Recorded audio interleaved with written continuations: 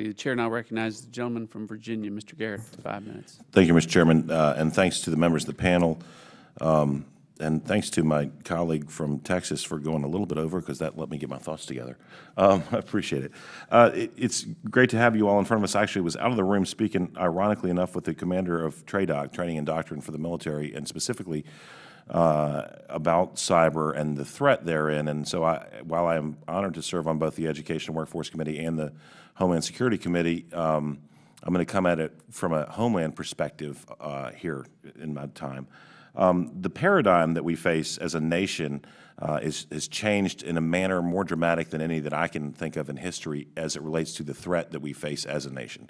And the reason I say that is throughout history, whether it were mounted cavalry or dreadnoughts or fighter aircraft or nuclear submarines, we could quantify a threat based on a number of platforms, instruments by which an entity might threaten another, and usually then assess the existential nature of the threat or the lack thereof. We can't anymore. And the reason, obviously, is that one individual with the proper training, located remotely, perhaps in their basement, and that might be in Tehran and it might be in Portland, can wreak havoc uncontemplatable, perhaps, in human history by virtue of the interconnectivity of everything.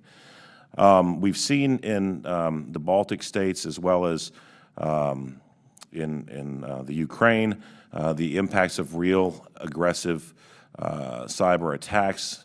And so as we discuss public-private partnerships to prepare our young people for opportunities moving forward, I think it's important to also understand the government role in this endeavor because of the fact that the threat of the 21st century really will manifest itself, I think, at a keyboard and not in the cockpit of an aircraft or the driver's cupola of a main battle tank. So it's particularly, number one, Dr. Rawls, I think we might have bumped into one another when I was back in the Virginia General Assembly, so great to see you here, and thanks for the good work you do at NOVA. A little bit biased, even if you're from Texas A&M, y'all are awesome, but we have wonderful community colleges in Virginia, where we try to tailor the training that you all give to the employers in the area and the futures of the young people. But IBM, DEF CON, what DEF CON does is really the private version of what I think we need to do better as a nation, and that is sort of a constant perpetual threat and updating of black and white lists, et cetera. But the problem is this: when your pay scale is a government pay scale, and the marketplace drives talent based on the ability to receive a financial reward, then we can be assured that the great cyber minds might be working at Deutsche Bank or Honda International, that they might be working at IBM or at DEF CON, but it's hard to envision them in the wonderful Army green that I wore for 6 years, by virtue of the fact that $55,000 a year doesn't drive the best talent. So how do we engage young people, A, to enter this growth industry, and then B, how do we, understanding market forces, specifically the payment that you receive for being amongst the elite in your skill set, capitalize on the investment in training these young people to protect this country? That's a riddle that I haven't solved yet. One thing that we've done is tried to co-locate cyber units in the military near, technology hubs. Seattle, we might have a cyber unit. Northern Virginia, we have National Guard units that are cyber, so that we might have somebody who works for a wonderful corporation that does IT and then gets a pittance on one weekend a month to come do that. But I'd invite specifically Mr. Rapp and Mr. Jarvis to speak to how we integrate the educational opportunities to the national defense needs that I think we've been slow to identify and certainly don't want to identify too late.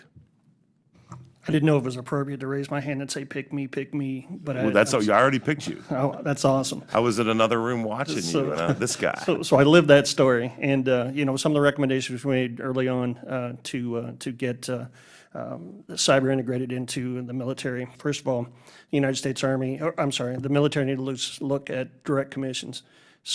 for skilled professionals. We do the same with doctors, we do it with lawyers. Why wouldn't we do it with cyber professionals? The second thing is we have increased physical fitness standards for special operations groups. Why would we expect cybersecurity professionals to have why do we not have a physical fitness test that takes into account the MOSs or the job skills that each one of those soldiers have? We've long since judged people across the board on a single standard, and that's just not the reality that we live in today. There's no shortage of patriotic cybersecurity people out there, but age limitations, the commitments of joining the military, those things all become barriers to entry for cybersecurity professionals.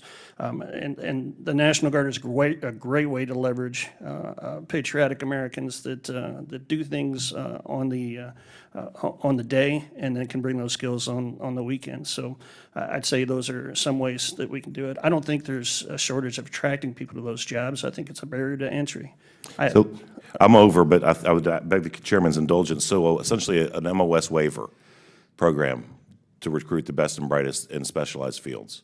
I absolutely think that we should. And I'll give you another personal story. My son was disqualified from military intelligence service because he was colorblind. So now he's studying cybersecurity and psychology on the civilian side, and he'll be hired back by the United States government as a contractor, I'm sure. Thank you, Mr. Chairman. Thank the gentleman. I apologize to Mr. Jarvis, but I'd welcome, if you want to reach out to our office, I'd welcome to hear your thoughts.